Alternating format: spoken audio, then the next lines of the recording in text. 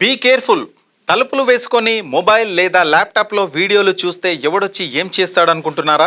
గుర్తుంచుకోండి, మీ ఫోన్ స్క్రీన్పై మీ కళ్ళే కాదు, సైబర్ పోలీసుల డేక కళ్ళు కూడా ఉంటాయి. తెలంగాణలో పిల్లల అశ్లీల వీడియోలు చూసే వారిపై సైబర్ సెక్యూరిటీ ఉక్కుపాదం మోపుతూ 18 ప్రత్యేక టీమ్స్తో మెరుపు ఆపరేషన్ నిర్వహించి రాష్ట్ర వ్యాప్తంగా 24 మందిని అరెస్టు చేశారు.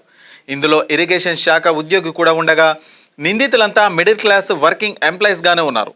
ఈ ఆపరేషన్లో 4 ఏళ్ల చిన్నారిని పోలీసులు కాపాడారు. గణాంకాలు చూస్తే పరిస్థితి ఎంత భయంకరమో తెలుస్తుంది. గత ఏడాదితో పోలిస్తే పిల్లల అశ్లీల వీడియోలు షేర్ చేసే నేరాలు 90% పెరిగాయి. 2025లో 875 కేసులు నమోదవగా 2024లో 37 మంది అరెస్ట్ అయ్యారు. మరుసటి ఏడాది ఏకంగా 423 మంది జైలుకెళ్లారు. టీనేజర్లే కాదు, 20 ఏళ్లు దాటిన ప్రైవేట్ ఉద్యోగులు కూడా ఈ నేరాల్లో ఇట్టే చిక్కుకుంటున్నారు.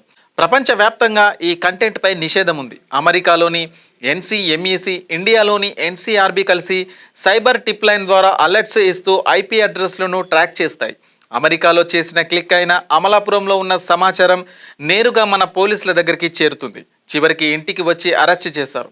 కాబట్టి చిన్నారుల అశ్లీల వీడియోలు చూడడం, షేర్ చేయడం, అప్లోడ్ చేయడం ఘోర నేరం. ఒక్క తప్పు క్లిక్ మీ జీవితాన్నే జైలుకు నడిపిస్తుంది. జాగ్రత్త.